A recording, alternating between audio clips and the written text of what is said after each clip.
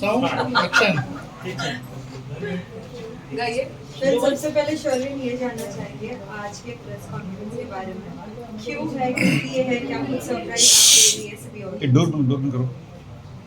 आने वाले कुछ दिनों और हफ्तों में आप मुझको back to back music videos, rap videos and short films में देखेंगे। और मेरी टीम ने चाहा कि मैं ये गुड न्यूज़ आप सबके साथ साझा करूं। और रोज़े चल रहे हैं, मैं चाह रही हूँ कि मैं भी 2 या 3 रोज़े रखूं, क्योंकि मेरी माँ मुसलमान है। इसलिए मैं चाह रही हूँ कि मैं भी उनका जो धर्म है उस धर्म के अनुसार 2-3 रोज़े रखकर देखूं कि कैसा लगता है। मुझे हर 2-3 घंटे प्रोटीन का सेवन करना बहुत अच्छा लगता है, क्योंकि मैं वर्कआउट करती हूँ, योगा करती हूँ। तो मेरे लिए थोड़ा सा चैलेंजिंग होगा सुबह से लेकर रात तक कुछ ना खाना, कुछ ना पीना। लेकिन अगर हम एक साफ दिल से और नेक नीयत से अल्लाह के लिए कुछ करना चाहते हैं तो मेरे ख्याल से कुछ भी मुमकिन हो सकता है। तो बहुत जल्द मैं रोज़े रखूँगी और उसके लिए मुझे पहले तैयारी करनी होगी। नमाज कैसे पढ़ा जाता है और कैसे दुआ मांगी जाती है, ये सब पहले सीखूंगी, उसके बाद रोज़े रखूँगी। साथ ही राखी सावंत ने भी रोजा रखा है, जो आपकी काबिल दोस्त हैं। तो, अच्छा। हाँ, मैं जानना चाहूँगा उनसे अभी मुलाकात क्यों नहीं हो रही है, कोई रीज़न? थोड़ी सी कड़वाहट पैदा हुई है हम दोनों के बीच में। किस तरीके की कड़वाहट है, कुछ बताना चाहेंगे? मेरे ख्याल से ये सवाल आपको उनसे करना चाहिए। हाल ही में मैंने उनको ये मैसेज भेजा कि उनकी टीम के किसी सदस्य ने मुझको धोखा दिया, तो उन्होंने फिर से अपना फेवरेट डायलॉग मुझको सुनाया, अरे वो तो मेरा भाई है। तो मैंने कहा कि चाहे लड़की का यौन शोषण क्यों ना हो, उसके साथ धोखा क्यों ना हो, हमेशा आरोपी आपका भाई क्यों बन जाता है? आप लड़की के लिए अपने दिल में या पीड़ित महिला के लिए अपने दिल में हमदर्दी क्यों पैदा नहीं कर सकते? तो इस बात को लेकर थोड़ी सी अनबन हो गई। तो मीन्स आपके साथ कुछ गलत हुआ है, आप ये कहना? जी, चीटिंग हुई मेरे साथ और राखी के एक टीम मेंबर ने करी है। किस तरह की शर्लिन हमेशा से आप बोलती है कि जो भी कुछ गलत करता है उसके सामने आप लाती है, लेकिन इस इंसान का भी अगर आप नाम बताएंगे तो और भी बाकी के लोग बच जाएंगे इस तरीके से मुश्किल में। मैंने हाल ही में जुहू पुलिस में एक शिकायत दर्ज करी थी उस शख्स के खिलाफ, और राखी को मैंने इतना भी किया कि देखो मैं ऐसा करने वाली हूँ क्योंकि आपके टीम मेंबर ने चीटिंग करी मेरे साथ। तो राखी ने कहा, अरे वो तो बहुत नेक बंदा है, वो मेरा भाई है, भाई है, भाई है। मैंने कहा, राखी आपने साजिद खान के बारे में भी यही कहा था, आपने राज कुंद्रा के बारे में भी यही कहा था। जब जब कोई मर्द या पुरुष या कोई भी इंसान किसी के साथ गलत करता है, आप सबसे पहले उस आरोपी को अपना भाई मान लेती हैं, बना लेती हैं। आप पीड़ित महिला के प्रति सहानुभूति क्यों नहीं दिखा सकते? आप क्यों नहीं कहती हैं कि अरे तू ही मेरी बहन है, चल बता तेरे साथ क्या गलत हुआ, ओके मैं तेरे साथ खड़ी हूँ। आपका रवैया ऐसा क्यों नहीं होता है? तो मैंने उनसे कहा कि देखो मैं आपके साथ मैसूर चली, क्यों चली मैं? क्या मुझे कोई आर्थिक फ़ायदा हुआ? बिल्कुल नहीं। क्या वहाँ जाकर मैंने कोई फिल्म साइन करी, कोई असाइनमेंट साइन करी? बिल्कुल नहीं। मैं वहाँ गई सिर्फ और सिर्फ दोस्ती के नाते। राखी ने बोला आप मेरे साथ चलो और आदिल के खिलाफ जो कोर्ट केस चल रहा है मैसूर कोर्ट में, आप वहाँ पर मेरे साथ चलो और मुझे हिम्मत दो, सहारा दो, मीडिया से बात करो। मैंने कहा ठीक है, इतना तो कर सकती हूँ ना एक बहन के लिए। लेकिन जब मैं उससे कहती हूँ कि देखो आपके किसी टीम मेंबर ने मुझको धोखा दिया, मेरे साथ चीटिंग करी, तो आप खड़े नहीं होते हो मेरे लिए। यार ये एक तरफा प्यार कैसे हो सकता है? मैं आपको बहन मानती हूँ, आपको दोस्त मानती हूँ, आपके लिए खड़ी होती हूँ, आपके साथ चली मैं मैसूर और आपके लिए मैंने इंसाफ की गुहार लगाई वहाँ मैसूर कोर्ट में। लेकिन आपने क्या किया? जब मैंने आपसे कहा कि आपके टीम मेंबर ने चीटिंग करी मेरे साथ, आपने बोला अरे वो तो मेरा भाई है, बहुत अच्छा है, बहुत अच्छा है। तो देखा जाए तो आदिल भी मेरा भाई है, आदिल भी बहुत अच्छा है। मैंने ये वॉइस नोट भेजा राखी को, मैंने कहा राखी तुम गलत कर रही हो, फिर से गलत कर रही हो। आदिल भी मेरा भाई है, जैसे तुम्हारा टीम मेंबर तुम्हारा भाई है ना, आदिल भी मेरा भाई है। अब बोलो। तो उसने कहा कि नहीं राजश्री से पूछो, राजश्री जानती है उस बंदे को। मैंने कहा ओके, तनु से पूछो, आदिल कितना अच्छा है, जाओ तनु से पूछो, है कि नहीं। तो चित भी मेरी, पट भी मेरी, अंडा मेरे बाप का, ऐसा रवैया नहीं चलेगा, ये गलत है।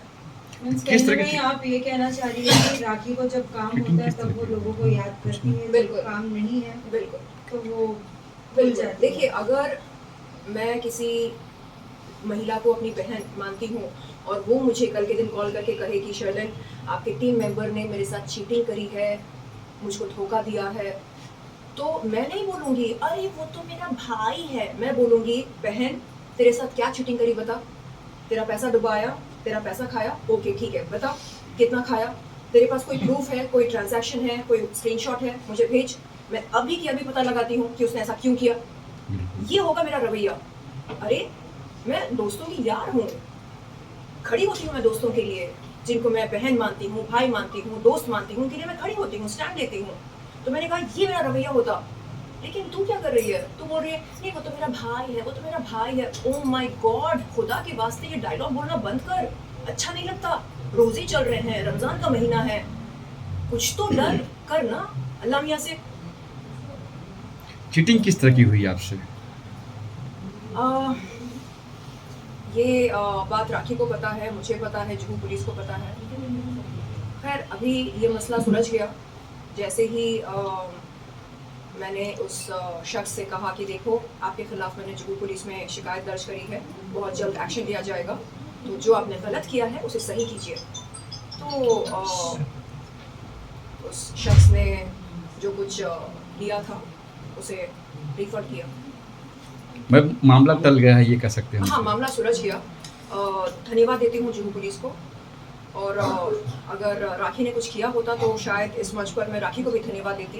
लेकिन अफसोस की बात यह है कि हमेशा की तरह इस बार भी उसने वही डायलॉग मारा, अरे आरोपी तो मेरा भाई है। और साथ ही आपने राखी के ऊपर कंप्लेन भी किया था, वो कंप्लेन भी आप वापस ले चुके हैं कि अभी तक नहीं? नहीं, वो केस तो चल रहा है बॉम्बे हाई कोर्ट में जी। अगली तारीख है 17 अप्रैल। तो आपने कहा था आप केस वापस लेंगी, तो आपने अभी तक वापस नहीं लिया? नहीं, मैंने कभी भी इन शब्दों का प्रयोग नहीं किया। नहीं, जब दोस्ती हुई कि आप मैंने सिर्फ इतना कहा कि जब कभी कोर्ट में सुनवाई होगी तब मेरे काबिल वकील जो सही होगा वो करेंगे जी। फिर साथ ही आपने कहा कि आपके नए प्रोजेक्ट्स आ रहे हैं, जी किस तरीके के प्रोजेक्ट से प्लीज बताएं। बहुत जल्द आप मुझको एक कमर्शियल क्लब सॉन्ग में देखेंगे, एक रैप सॉन्ग में देखेंगे, and 3 back to back short films में देखेंगे। और इसके अलावा एक वेब सीरीज़ के लिए बात चल रही है, तो मैं बहुत खुश हूँ कि अब मैं वापस आ गई हूँ बैक विद अ बैंग। पहले अपनी यानी जो कोर्ट केस चल रहा था उसकी वजह से, प्लस अपने स्वास्थ्य की वजह से मैं फुल फॉर्म में काम नहीं कर पा रही थी, बट अभी ऑल इज़ वेल। ईश्वर की, अल्लाह की मेहरबानी है, कृपा है, सब बहुत अच्छा चल रहा है। फिर साथ ही हमेशा से हमने देखा है कि आपके बहुत सारे वीडियोस आते हैं सोशल मीडिया पे फिटनेस रिलेटेड। जी। प्लीज कुछ बताइए, summer days are going on as well as how what should people consume, what are good for their health. जैसे कि आप देख सकते हैं, हैव प्लेंटी ऑफ फ्लूइड्स। ये है पोमेग्रेनेट जूस, अनार का जूस है। तो जितना हो सके आप लिक्विड्स पीते रहिए। इसका मतलब ये नहीं कि आप सोमरस का सेवन करें, बिल्कुल नहीं। लिक्विड का मतलब fruit juice, water, you know, healthy drink.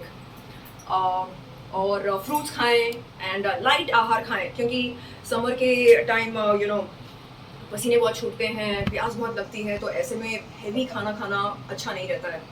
So I would encourage you all to eat light and eat very healthy food, पौष्टिक आहार खाएं। शर्मिला का आखिरी सवाल, हाल ही में हमने देखा था प्रियंका का एक मैसेज आया है, हाल ही में अभी वो मुंबई भी आई है, तो उसने उन्होंने कहा है कि कहीं ना कहीं बॉलीवुड जो स्पेस मिलना चाहिए वो मुझे नहीं मिला था, इसलिए मैंने हॉलीवुड में एंटर किया। आपको क्या लगता है स्टिल बॉलीवुड में जिस तरीके से लोगों को मिलना चाहिए स्पेस, उनको अपने काम दिखाने का मौका मिलना चाहिए, उनको कॉर्नर किया जाता है, is it so, it is true still? ये प्रियंका चोपड़ा ने कहा कि उनको मौका नहीं मिला? क्या? उनको मौका नहीं मिला? जिस तरीके से माहौल ग्रुपिज्म चल रही है हाँ। बॉलीवुड में, उसे कहीं न कहीं साइडलाइन महसूस कर रही थी, इसलिए वो हॉलीवुड चली गई, ऐसा हुआ। मुझे बिल्कुल नहीं लगता कि उनको मौका नहीं मिला।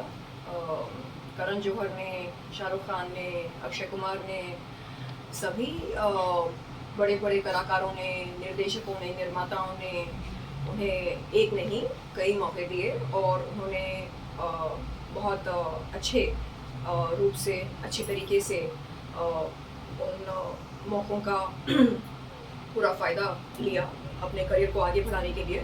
तो मेरे ख्याल से उन्हें थैंक यू बोलना चाहिए बॉलीवुड को, बॉलीवुड के तमाम कलाकारों को जिनके साथ उन्हें काम करने का अवसर मिला।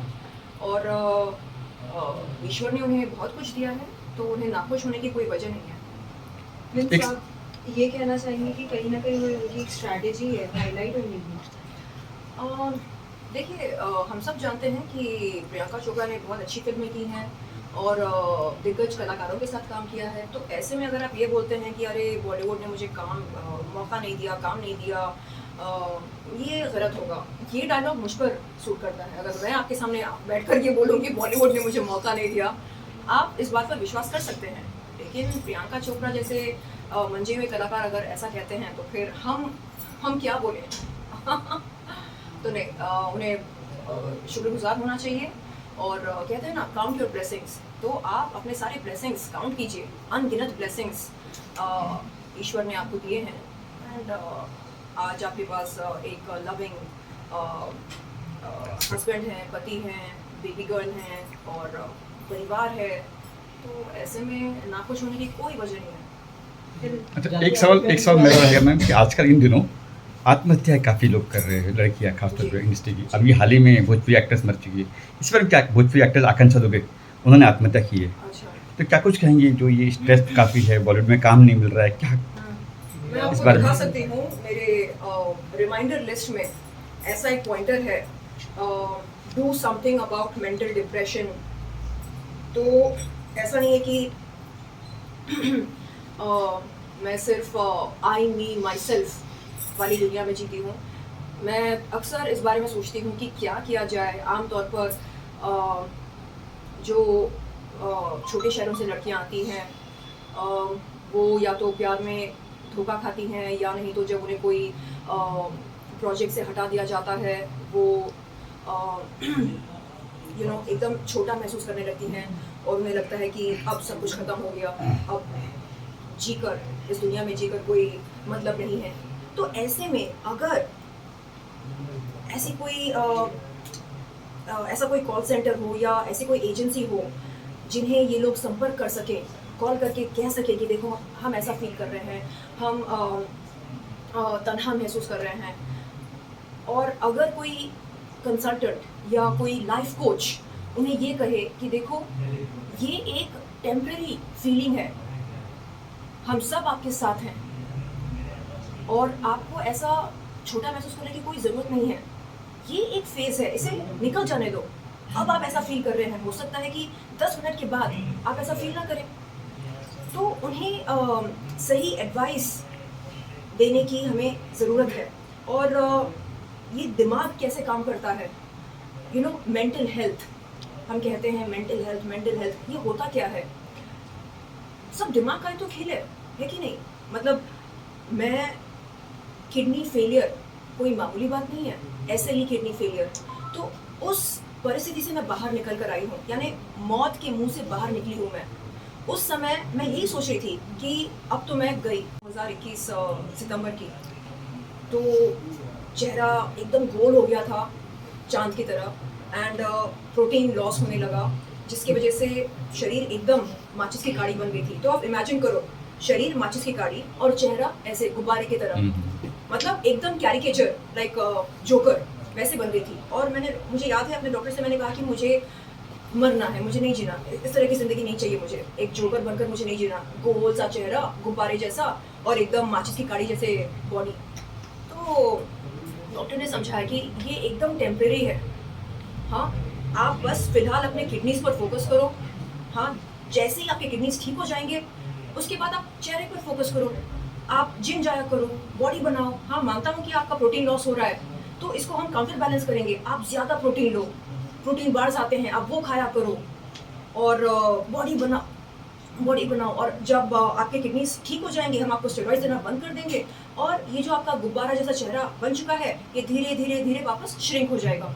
तो कहने का मतलब ये है कि हम जब किसी बहुत ही कठिन परिस्थिति से गुजरते हैं उस समय अगर कोई हमसे प्यार की दो बातें कहे कि हाँ ये एकदम टेम्परेरी है, निकल जाएगा ये फेज, हिम्मत मत हारो, हम सब आपके साथ हैं, कोई ऐसे दो मीठे बोल दे और हमें प्रोत्साहन दे, हिम्मत दे, हौसला दे, तो माँ कसम वो फेज निकल जाएगा, हमको पता भी नहीं चलेगा कि कैसे निकला।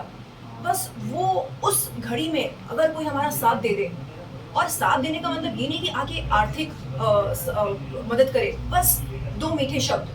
तो मैं यही सोच रही थी कि अगर उस समय ये डॉक्टर नहीं होते मेरे साथ, कोकिला बहन के वो हेड ऑफ नेफ्रोलॉजी है, मतलब नेफ्रोलॉजिस्ट, बहुत ही सीनियर नेफ्रोलॉजिस्ट हैं, किडनी स्पेशलिस्ट हैं, अगर वो साथ नहीं देते आज मैं आपके सामने नहीं मौजूद होती, मैं कब का चली गई होती। तो हमें एक नेटवर्क बनाना पड़ेगा, समथिंग लाइक यू नो, जैसे बॉलीवुड में जूनियर आर्टिस्ट एसोसिएशन है, एक्टर एसोसिएशन है, प्रोड्यूसर एसोसिएशन है, डायरेक्टर एसोसिएशन है, वैसे एक मेंटल हेल्थ एसोसिएशन होनी चाहिए और उनका एक हॉटलाइन नंबर होना चाहिए और सरकार को वो नंबर हम सबको उपलब्ध कराना चाहिए कि देखिए ये नंबर है, आपको जब भी किसी एडवाइस की ज़रूरत है आप इस पर संपर्क करें। हम कॉल करके कह सकते हैं कि देखो मैं ऐसा फील कर रही हूँ, सुइसाइडल थॉट्स आ रहे हैं, मैं क्या करूँ। तो वो जो लाइफ कोच है वो हमको बताएगा। तो अभी इस समय आप लंबी सांसें लो, आप थोड़ा अच्छा फील करोगे, आप अपने इर्द गिर्द देखो क्या क्या है आपके आसपास, आपके पेट्स हैं, घर है, गृहस्थी है, अगर नहीं है तो आप अपनी ब्लेसिंग्स काउंट करो, आपके पास क्या है इस समय, आपकी सांसें चल रही है ना, आप थैंकफुल रहो। तो ऐसे करके हमारे माइंड को डाइवर्ट करना है हमें। सो आई थिंक एक इस तरह का एसोसिएशन बनना चाहिए, मेंटल हेल्थ एसोसिएशन, क्योंकि लाइफ इज़ वेरी टफ ना, मतलब इतने सारे लोग, जैसे मेरे साथ चीटिंग हुई है। हाँ, मतलब मैं खुद को शेरनी बोलती हूँ, रफ एंड टफ बोलती हूँ और राखी सावंत के टीम मेंबर ने मुझको चूना लगा दिया। तो चीटिंग किसी के साथ भी हो सकती है, लेकिन हम उससे कैसे निकल कर बाहर आते हैं ये हम पर निर्भर करता है। बिल्कुल thank you Thank you, ma'am. Health से जूझ चुकी हैं किडनी जी। प्रॉब्लम से। जी, मेरे डॉक्टर ने बगैर डायलिसिस के, बगैर किडनी ट्रांसप्लांट के मेरे किडनीज को ठीक कर दिया। तो वो कहते हैं कि ये किसी चमत्कार से कम नहीं है, क्योंकि आमतौर पर किडनी फेलियर को रिवर्स नहीं कर सकते हैं। Okay, thank you ma'am.